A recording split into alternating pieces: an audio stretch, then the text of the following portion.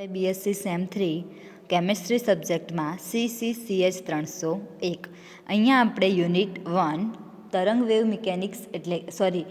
Mechanics એટલે કે તરંગ યંત્રશાસ્ત્ર વિશેની વાત ચાલુ હતી. અહીંયા આપણે લેક્ચર 8, આજે છે લેક્ચર 8. એના પહેલાં લેક્ચર 7માં આપણે કમ્પોનન્ટ અસર એટલે શું એના વિશેની વાત કરી હતી અને એ અસરની આપણે ફક્ત માહિતી આપી હતી કે જ્યારે કોઈ ક્ષકિરણ એક જગ્યાએથી પ્રસાર થાય, એટલે કે અહીંયાથી કોઈ ક્ષકિરણ પ્રસાર થાય અથવા તો પ્રકાશ પ્રસાર થાય તો એ શું કરશે કે વિખેરણ પામશે, એટલે કે વિખેરાઈ જશે. ત્યાંથી ઇલેક્ટ્રોન તો મુક્ત કરે જ છે.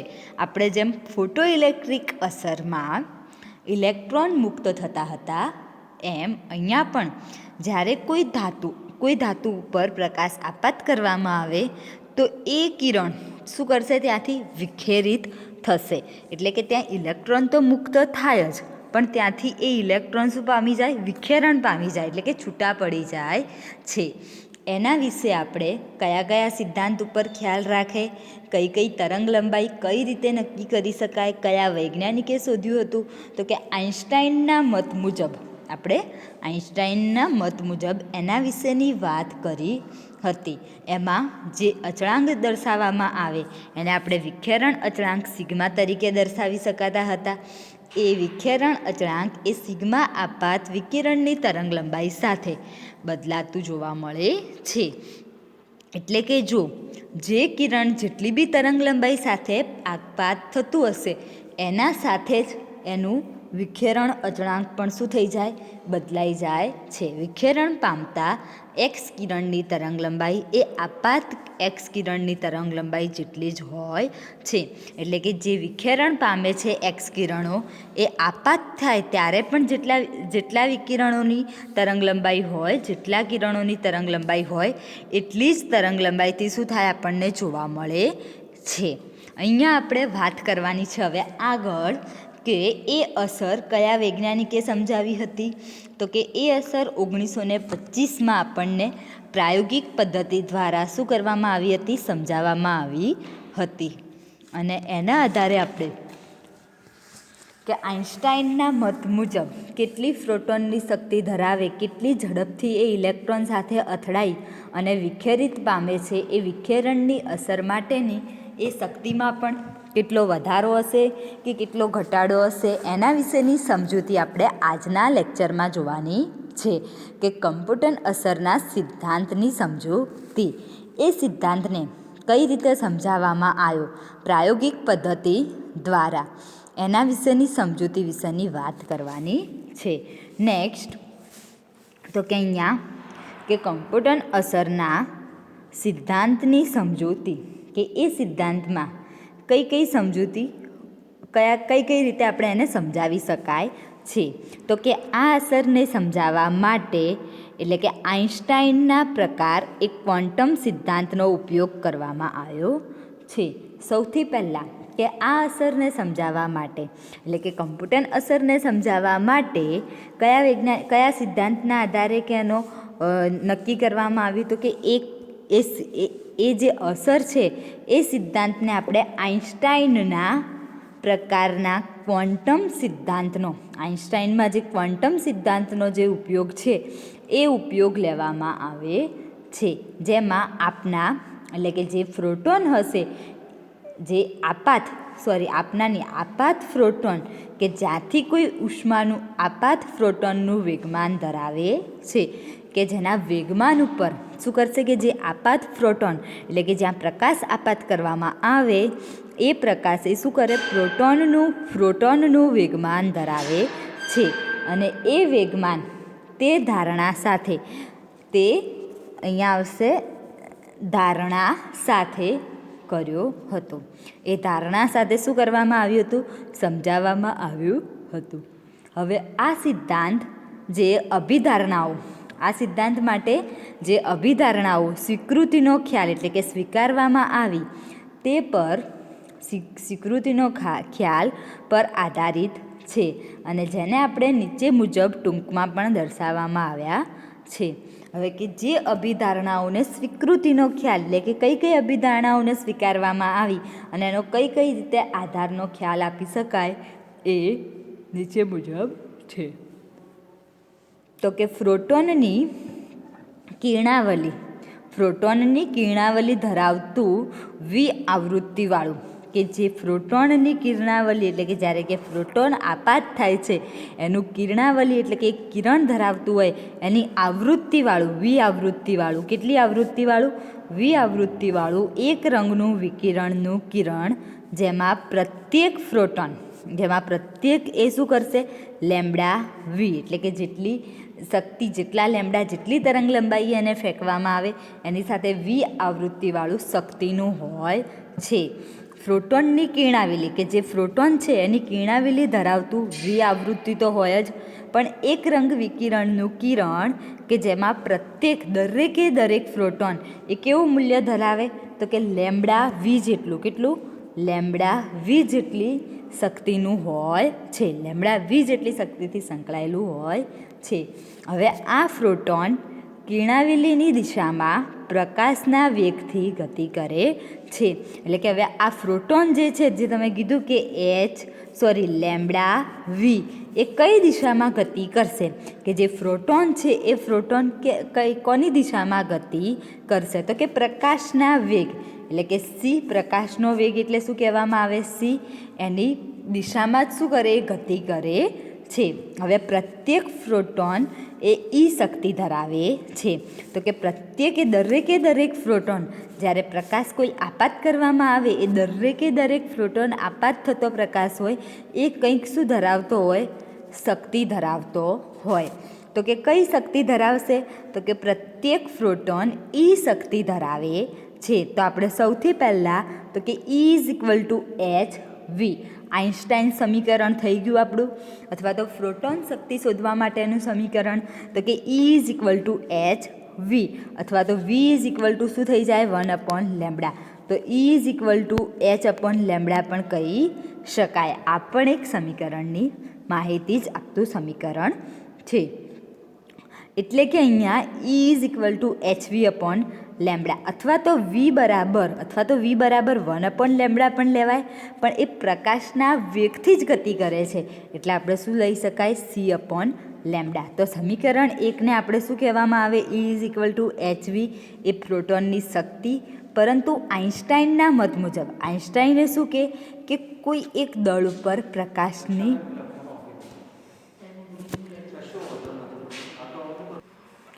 પ્રત્યેક પ્રોટોન ઈ શક્તિ ધરાવે છે એટલે કે E=hv પણ આઇન્સ્ટાઈનના મત મુજબ એટલે કે આને આપણે શું કહી દીધું સમીકરણ નંબર 1 અને હવે આને કહી દીધું કે આઇન્સ્ટાઈન મત મુજબ શું થશે તો કે E=mc².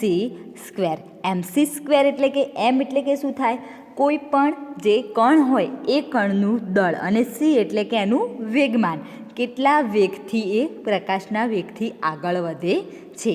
તો હવે અહીંયા બંને સમીકરણમાં ઈ એક જ જેવા છે તો આપણે એ બંને ઈને શું કરવામાં આવે સરખાવવામાં આવે.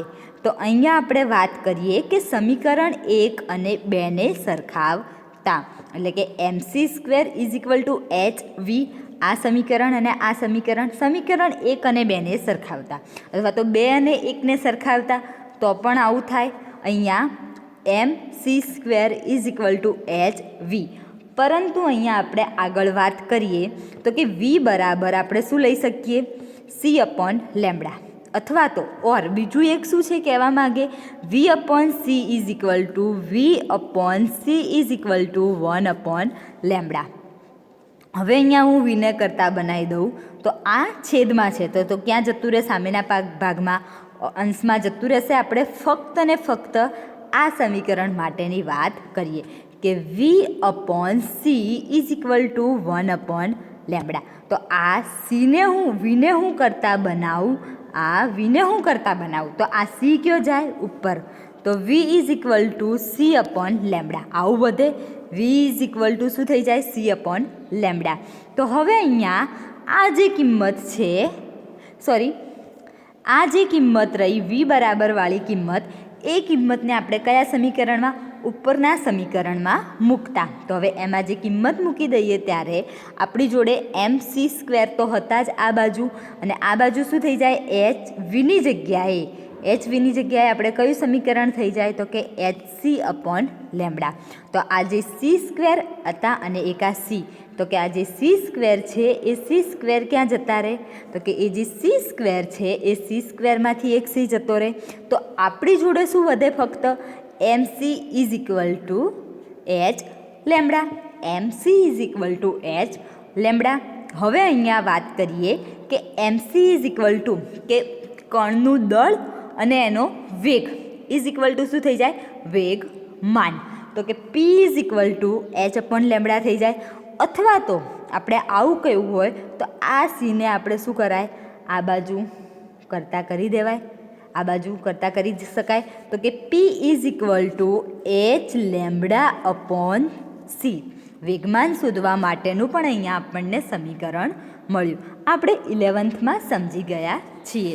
એક એની જ ચર્ચા અહીંયા આગળ કરવાની છે. હવે અહીંયા આગળ વાત કરીએ તો કે તત્વના પરમાણુઓ, દરેક તત્વના પરમાણુઓ દ્વારા ક્ષ-કિરણો, એકલા કિરણો નહીં, ક્ષ-કિરણોનો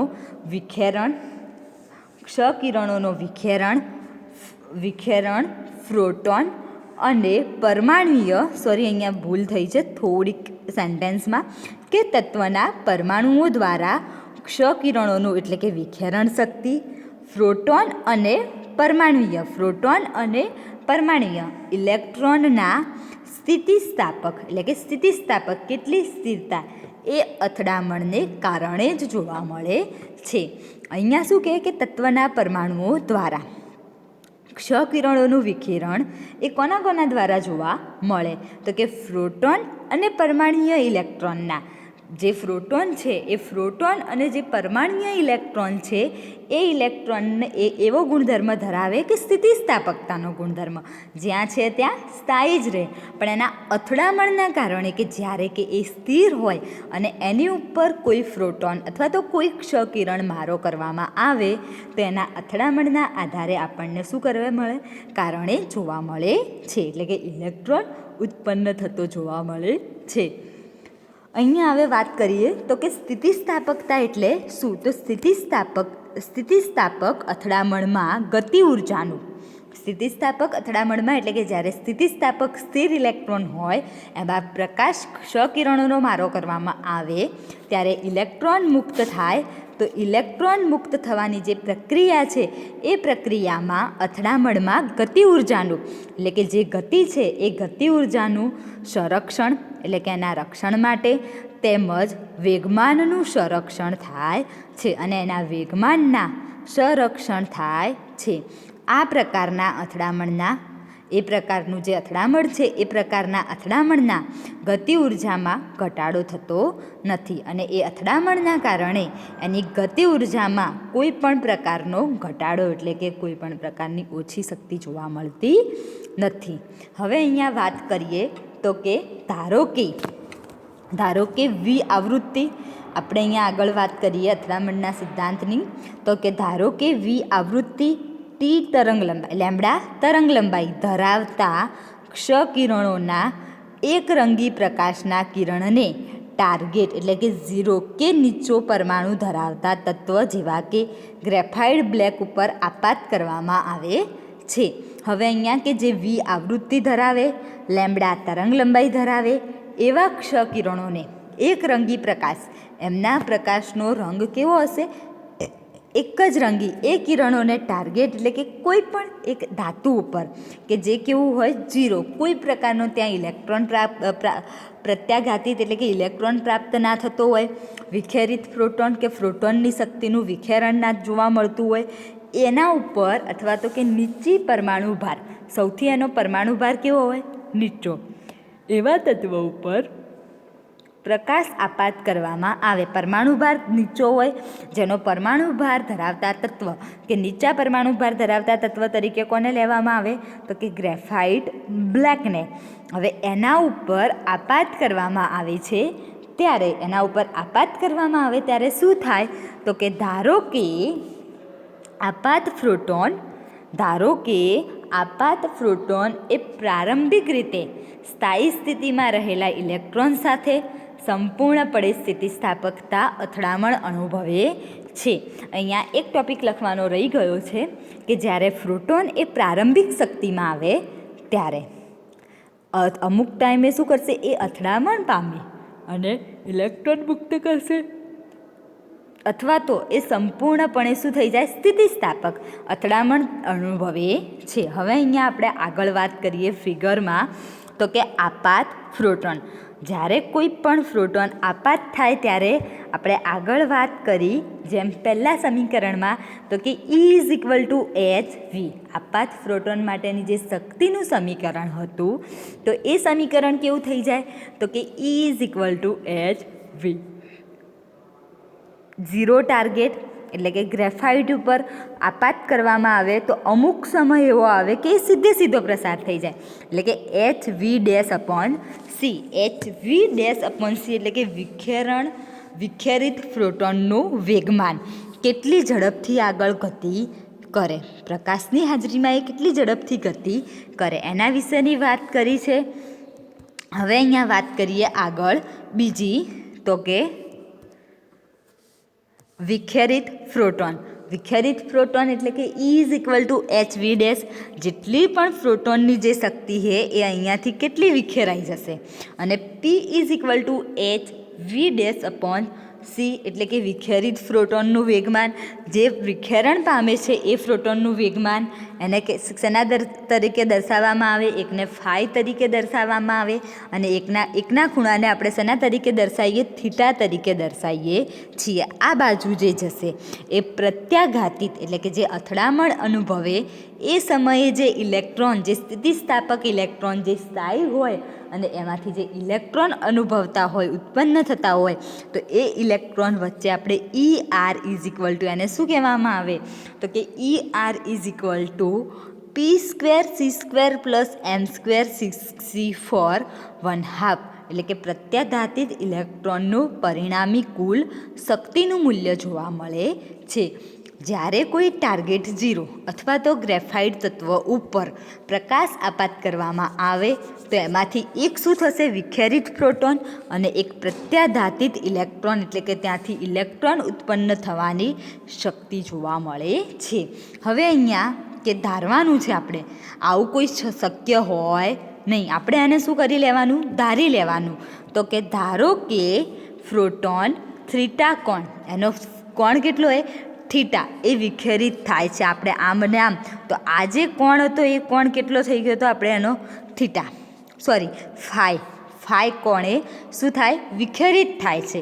અને ઇલેક્ટ્રોન થીટા દિશામાં શું કરશે, એ ગતિ કરે છે. બે વસ્તુ જોવા મળે, બે ખૂણા જોવા મળે. જેમ અહીંયા બે ખૂણા જ્યાં જોવા મળ્યા, આ બંને ખૂણા એ શું કે, એક વિખેરિત થતા પ્રોટોનનો કોણ ફાઈ, અને જે ઇલેક્ટ્રોન જે ગતિની દિશામાં પરિભ્રમણ કરશે એને હું શેના દ્વારા દર્શાવી શકું, તો કે થીટા દ્વારા દર્શાવવામાં આવે છે. હવે ધારો કે V', જ્યાં આપણે V''નો ઉપયોગ કર્યો એ V''ને શું કહેવામાં આવે, તો કે વિખેરિત પ્રોટોનની આવૃત્તિ. V એટલે આવૃત્તિ, P એટલે આપણે વેગમાન દ્વારા દર્શાવવામાં આવે, તો કે પ્રત્યાઘાત ઇલેક્ટ્રોનનું વેગમાન. m0 ઇલેક્ટ્રોનમાં જે બાકી રહેતું દળ, ઇલેક્ટ્રોનના દળ તરીકે એને શું લેવામાં આવે, m0. અને તે પરથી આપણને શું મળશે કે જે આખા જે સમીકરણો ઉદ્ભવ્યા, તો કે આપાત પ્રોટોનની શક્તિ એટલે કે તમે E= શેના દ્વારા દર્શાવો, hv દ્વારા. E= સૌથી પહેલાં આપાત પ્રોટોનની શક્તિ લાગુ પડે તો કે E=hv. પછી શું થશે, hv/c એટલે કે આપાત પ્રોટોનનું પ્રારંભિક વેગમાન. c લાગુ પડે એટલે કે પ્રકાશનો વેગ લાગુ પડે, અને કોઈ કણ ઉપર લાગુ પડતું હોય તો એને શું કહેવામાં આવે, વેગમાન. hv/c એટલે કે જ્યાંથી જે પ્રોટોન પ્રારંભિક એટલે કે જ્યાંથી ઉત્પન્ન થાય છે એ પ્રારંભિક વેગમાન. hv' એટલે કે જે વિખેરિત પ્રોટોનની શક્તિ. જે વિખેરણ પામી જશે, જે અહીંયાથી આપણે આ વિખેરણ પામ્યો કહેવાય ને અહીંયા ઇલેક્ટ્રોન ઉત્પન્ન થયો હોય તો HV ડેશ એટલે કે વિખેરિત પ્રોટોનની શક્તિ. પણ જો હું એને અપોન C કરી દઉં તો વિખેરિત પ્રોટોનનું વેગમાન m0c², ઇલેક્ટ્રોનની બાકી રહેતી શક્તિ. ઇલેક્ટ્રોનમાં જે શક્તિ બાકી રહે એ શક્તિ p²c² + m0² c4 અને 1/2 એટલે કે પ્રત્યાઘાતિત ઇલેક્ટ્રોનની પરિણામી કુલ શક્તિ.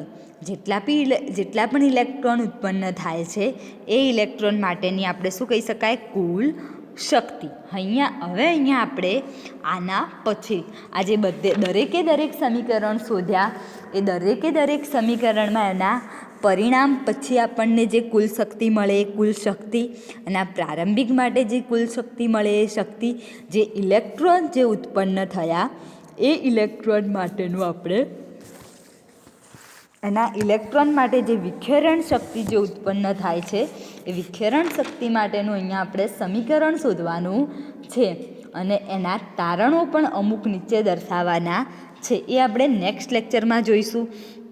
અત્યાર સુધી આપણે ફક્ત જ્યારે કે કોઈ પ્રકાશને આપાત કરવામાં આવે તેમાં કયા પ્રકારની શક્તિ, કયા પ્રકારના વેગમાન એ આપણે એના વિશેની ચર્ચા કરી છે. આના પછીનું આપણે નેક્સ્ટ લેક્ચરમાં ચર્ચા કરીશું. ઓકે મિત્રો, થેન્ક યુ. નેક્સ્ટ લેક્ચરમાં મળીએ.